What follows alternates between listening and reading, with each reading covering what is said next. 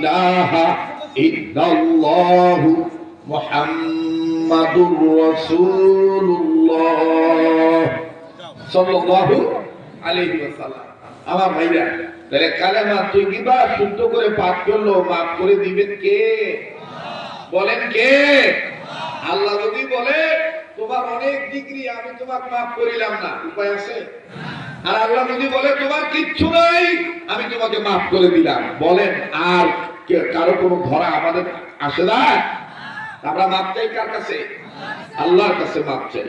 আল্লাহ রাব্বুল আলামিন ঈমানদার বান্দা বান্দীদেরকে ডাক দিয়ে বলেন, ঈমানদার বান্দা বান্দীগণ, বাবা এই কোরআন শরীফ একটু নিয়ে যাও তো, টেবিলে মানে পা রাখতে পারতেছি না। কোরআনকে সম্মান করলে মানুষের সম্মান, আমি যদি কোরআনকে সম্মান করি আমার সম্মান বাড়াই দিবে কে? একটু আওয়াজ দিয়ে বলেন না, আরেকবার বলেন না। আল্লাহ। এই প্রসঙ্গে কথাটা মনে হয়ে গেল, আমি বলে দিই। সুলতান মাহমুদ গজনবী রহমতুল্লাহ আলাইহি, খুব খেয়াল করে শুনবেন। আমি তো বিশ্বাস করেন আমার মনে খুব আঘাত পাইছি, হয়তো তাড়াতাড়ি করে মানে কথা শেষ করে দিচ্ছি। আমি বলছিলাম হয়তো আরো আমি 10 মিনিট কথা শুনবো। শোনেন, ওই মায়ের স্তনের দুধ যদি ছাওয়া বেশি খালি টানতেই থাকে টানতেই থাকে, যদি বিরতি না দেয়, এক সময় কিন্তু শোষণ মারতে মারতে রক্ত পর্যন্ত বাইরে হয়। আমরা তারা বক্তা ওয়াজ খালি করতেই থাকি, যদি বড়দের কোনো কথা ভিতরে না নিই, তাহলে অনেক সময় দেখবেন যে কুয়ার থেকে আগে যে কুয়ার থেকে পানি তোলা হতো, পানি তুলতে হঠাৎ করে দেখা যেত যে বালতির কান্দার মধ্যে কাদো উঠে গেছে। তো বক্তা যারা হবে তারা যদি বড়দের সহবতে না থাকে, আল্লাহওয়ালাদের, আহলুল্লাহদের, আহলে দ্বীনদের, আহলে জবানদের যদি কথা তারা না শোনে, তাহলে তারা বলতে থাকবে, হঠাৎ করে বলতে দেখবে হঠাৎ করে বলে ফেলবে ওই সুন্দরী অনেক সুন্দরী, ওই সুন্দরী অনেক সুন্দরী। কথা কানা। কারণ সহবত থাকলে না থাকলে যা হয়, সহবতের বরকত আছে না নাই? আমাকে তো আপনারা চিনতেন এক সময়, যেমন আমি কয়েক হাত দাঁড়িয়ে বলতেছি, বাবা সালাম নিয়েছি আগে, যে বাবা তোমাদের এই ঘাটা কোন পাশে পাবে, তোমরা তো আস্তা থুয়ে যাচ্ছেন, থামেন হুজুর, তোমার নাম? আমি বললাম তোমার নাম আব্দুল হালিম শরীফপুরি। তোমাকে এখন ফির চকচকা না কেন? তোমরা তো আগে এরকম আসিল না। আমি মুই কেমন আছো? তো বলতে তোমরা তো আমার দেশের ভাষা 3 পোয়া তকাই ছিলে। 3 পোয়া তকাই চিনে? কথা কেন 3 পোয়া তকাই মানে চিনেন না? মানে একবারে ওই রংপুরিয়া ভাষাটা নেকনেকিয়া, আর একটু আঞ্চলিকতা ছোট। কথা কেন? হ্যাঁ, এরকম না? মানে একদম কেমন জানি ছিল। তোমার পরিবর্তন হলেন কেমন করি? দেখা তো আগের মতন বেশি মুড়ি খাওয়ার মাথা আছে। কথা কয় না? রং বেরঙের পোশাক আছে, কোন মেকআপ করে আসি নাই। কিন্তু একটা জিনিস আছে, সেটা হলো আল্লাহওয়ালারা কাছে নিয়ে কান ধরে কিছু না কিছু দিয়েছে, ওইটাকে ধরে রাখছি। আলহামদুলিল্লাহ, আল্লাহ খুব ভালো রাখছেন, আল্লাহ খুব ভালো রাখছেন, আল্লাহ খুব ভালো রাখছেন। আরে ভাই, দুনিয়ার সব কিছু পাইলেন, মাওলানা শামসুল হক ফরিদুর রহমাতুল্লাহ আলাইহি বলেন, তুমি দুনিয়ার সব কিছু পাইলা কিন্তু আল্লাহকে পাও নাই, তুমি কিচ্ছু পাও নাই। আমি এখন মার্কেট পেয়েছেন, আপনার এখন মাহফিলে অনেক মানুষ হয়, আজ থেকে 17-18 বছর আগে, এই যে মনে করেন এই যে ঈসা মাসের ঠ্যাংগুলো যে দাঁড় করে কথা রেকর্ড করতে, এগুলো জন্ম তো আমরা দিছি। কথা কয় না? অস্বীকার করতে পারবে? দোলাবাড়ি কান করতো, ওয়াজ শুনতো মোবাইলে, ওই সাপের ওয়াজ, ওই কলিকাতার ওয়াজ, মাসির গাঁও কেন মাসি লাঠি মারে, ওই তো সেই সালা। কথা কয় না? তখন এগুলোর কোনো খাওয়াই ছিল না, এগুলোর জন্ম হয়েছে আমাদের কারণে।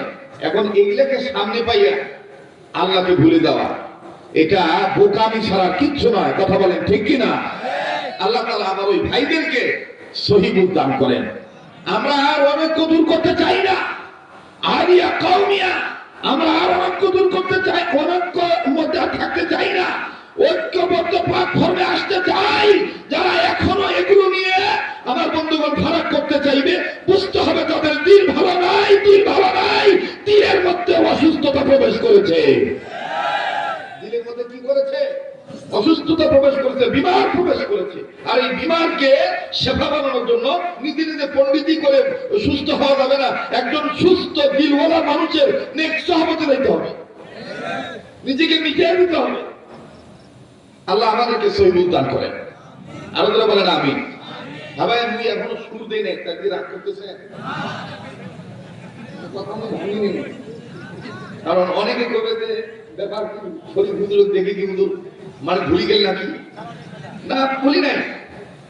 আগে ওই রংপুরিয়া ভাষা একটা কথা আছে, আগের নাম যে পাকে যায় আসেন না তো পাকেই কথা হয় না। আর রংপুরের ভাষা আমি যেভাবে বলতে পারবো, ঢাকার কোনো বক্তা বলতে পারবে না ভাই, কথা হয় না, পারবেন? এখন আমার আলোচনা শুনে মনে হচ্ছে দেখি যে আমরা কায় করছি, আমরা শরীর পুড়ি, আমরা তো হামারে খাওয়া। তাহলে তোমরা রংপুরিয়া ভাষায় বলে যে আমরাই, কথা হয় না, আমরা আল্লাহ কবুল করবে। যদি হাত তোলেন তো, এটা তো তোলে না, তোলেন বলেন ইয়া আল্লাহ, বলেন ইয়া আল্লাহ আমাকে আমাদেরকে গুণমুক্ত জীবন দান করেন। ইয়া আল্লাহ আজকে এই মজলিসকে আল্লাহ তোমার নূরে, তোমার মহব্বতে, তোমার রাসূলের সুন্নাত অনুযায়ী, আল্লাহ তোমার ওলিদের নিসবত সাহাবত অনুযায়ী আল্লাহ তুমি কবুল করো। যারা বলেন আমিন, আর বলে কোন আমিন। হাত নামান। আমি দেখতে পাচ্ছি এই মাহফিলটাতে শুধু নূর আর নূর। এই নূর আমার কারণে না, এই নূরটা হলো আল্লাহ ওয়ালাদের কারণে। এই নূরটা কার কারণে? আল্লাহ ওয়ালাদের কারণে। তো ভাই দিকে বলতেছি না আমি বয়ান করব, আপনারা বয়ান তো করতেছি নাকি? যার দিল ভালো দেখবেন প্রত্যেকটা কথা তার অন্তরে প্রভাব বিস্তার করবে, মুতাআসসির হবে। কথাগুলো একটু শোনেন। কোরআনকে সম্মান করলে আমার দাম বাড়ায় দেবে কে? কেমন বাড়ায়? হযরত সুলতান মাহমুদ গজনবী রাহমাতুল্লাহ আলাইহি তিনি ঘুমাইছেন, তিনি ঘুমাবেন, ঘুমানোর প্রস্তুতি নিবেন, কোন এক বাড়িতে মেহমান হয়ে গেছে, খুব খেয়াল করেন। তো যখন উনি বিছানায় শুবেন, পাও মেলবেন, ঠ্যাং মেলে দিবে, পায়ের দিকে নজর করে দেখে কোরআন রাখা তাক, কোরআন রাখা, বলেন আবার বলেন, কোরআন রাখার তাক। সুলতান মাহমুদ গজনবী রাহমাতুল্লাহি আলাইহি পাও আর মেললেন না। পাও না মিলে তিনি ওভাবে পাও গুটিয়ে রেখে বলতেছেন, আমার জন্য এই কোরআনের জন্য আমি পাও মেলতে পারবো না, সমস্যা যেহেতু দেখা দিচ্ছে, আমি কোরআনটাকে অন্য ঘরে রেখে আসি। উনি কোরআনটাকে অন্য ঘরে রাখার জন্য যাচ্ছেন। যখন যাচ্ছেন ঠিক ইন্ডিমিটেন্ট কে যেন বলতেছে, সুলতান তুমি আসল সুলতানের কালামকে তোমার দুনিয়ার এই সামান্য আরামের জন্য আলাদা করে নিয়ে দিবে। বলেন আসল সুলতান কে? কথা বলেন আসল সুলতান কে? আসল মালিক কে? বলে সাময়িক এই আরামের জন্য তুমি আল্লাহর কালামকে তুমি অন্য করে নিয়ে দেবে।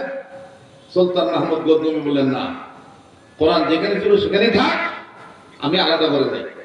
তো সুলতান মাহমুদ গজনবী পাশের ঘরে দিয়ে ঘুমাইছেন, ঘুম তেমন হয় নাই।